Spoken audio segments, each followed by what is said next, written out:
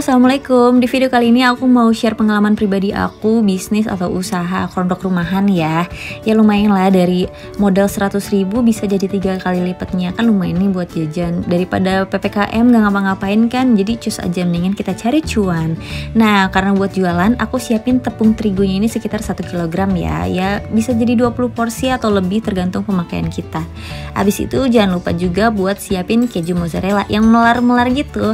Ini aku belinya kalau nggak salah mereknya itu Perfento. Itu gampang banget dicari di toko-toko frozen food sekitar rumah kamu juga mungkin ada kali ya, karena ini memang brandnya lumayan terkenal juga.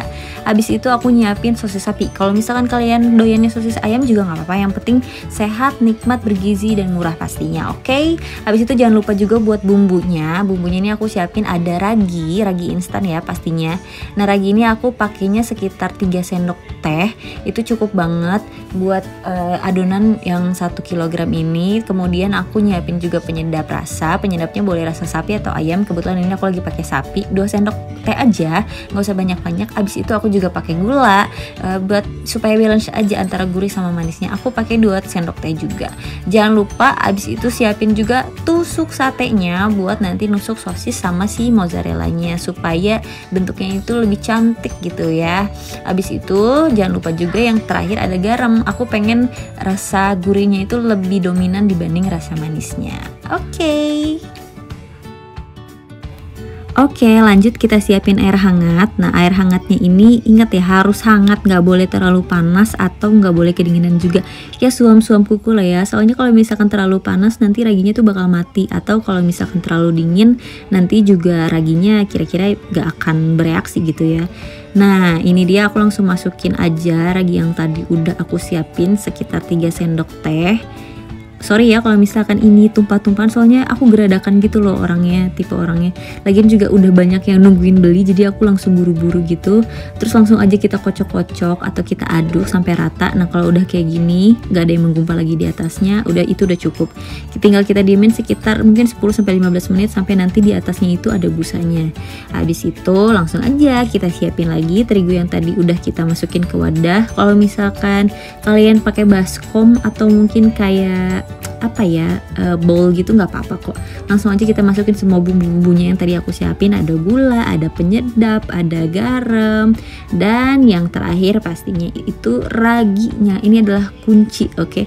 Ini raginya kita masukin dikit-dikit aja ya, takutnya nanti keenceran atau takutnya nanti nggak keaduk rata gitu. Jadi dikit-dikit sambil diaduk-aduk gitu. Nanti kalau misalkan seandainya airnya menurut kalian kurang, kalian bisa tambahin pakai air biasa. Yang penting awalnya itu harus dipakai campuran air ragi dulu. Nah, ini aku udah masukin semua dan menurut aku ini udah lumayan cukup airnya. Jadi langsung aja aku aduk-aduk pelan-pelan sampai udah nggak ada lagi kayak terigu yang basah gitu ya. Nah, ini kalau misalkan udah kayak gini berarti udah lumayan cukup. Aku cara ngetesnya itu biasanya gimana caranya aku tahu ini udah pas atau belum. Nah, aku tempel-tempel kayak gini. Kalau misalkan si adonannya ini udah nggak lengket di spatulanya atau di centongnya, itu berarti adonannya udah pas gitu.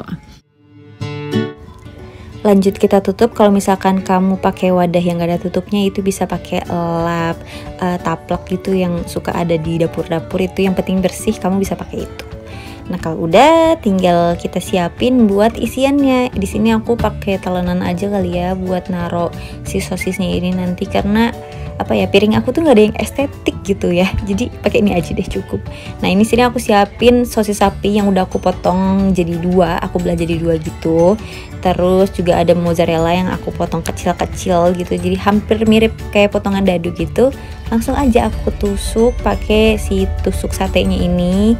Kenapa aku pakai tusuk sate? Soalnya kalau misalkan tusuknya kegedean kayak pakai sumpit dan segala macam ini nanti suka pecah. Karena kan ini aku bikin versi mininya gitu ya, orang Sunda, versi, maaf. Nah, kalau udah kayak gini tinggal kita lanjutin aja sampai semua porsinya ini udah kita tusuk-tusuk sampai habis. Kalau udah nanti tinggal kita masukin ke freezer sampai beku supaya nanti pas dipasangin adonannya itu dia nggak gak lepas gitu ya. Nah kalau misalkan kita udah cek nih adonannya kira-kira udah ngembang sekitar sejam atau 2 jam, udah jadi 2 kali lipatnya kayak gini, berarti adonannya udah siap.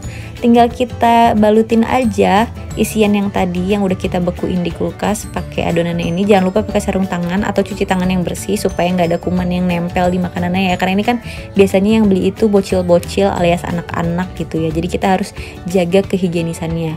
Abis itu langsung aja, ini ada yang aku lupa sih tadi sebenarnya, langsung aja kita balutin ke tepung roti gitu. Kenapa? Supaya nanti minyaknya itu nggak terlalu nyerep gitu ya ke si adonannya, jadi kalau kita makan tuh nggak berminyak gitu nanti mulutnya.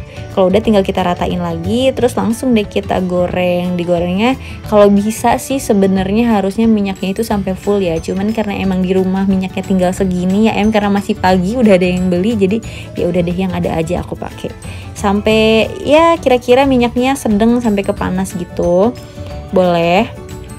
Ini aku lanjutin lagi ya supaya kegoreng semua, karena ini pesannya lumayan banyak jadi aku kayak buru-buru gitu. Nah yang ada di pantulan cahaya kompor itu ada ibu aku yang bantuin karena emang saking banyaknya jadi aku nggak bisa jualan sendiri. Abis itu kita siapin aja di wadah-wadah mika kayak gini, terus kita masukin kalau udah ditirisin, terus kita tambahin saus cabe, saus tomat. Abis itu jangan lupa juga saus mayones biar warnanya kayak lebih cantik gitu, lebih berwarna, lebih yummy, lebih estetik gitu ya. Nah kalau misalkan udah disausin, udah deh tinggal dikasih. Dan ini aku jual sekitar satu porsinya ini 3.000 rupiah aja ya, dan aku juga jualan yang coklat loh. Tuh kan bocil-bocil udah pada nungguin, padahal ini tuh masih pagi banget, ini tuh masih jam 7 pagi. Dan oke deh kalau gitu segini dulu aja video aku kali ini. Jangan lupa untuk tonton video-video aku selanjutnya ya, semoga menginspirasi. Bye bye.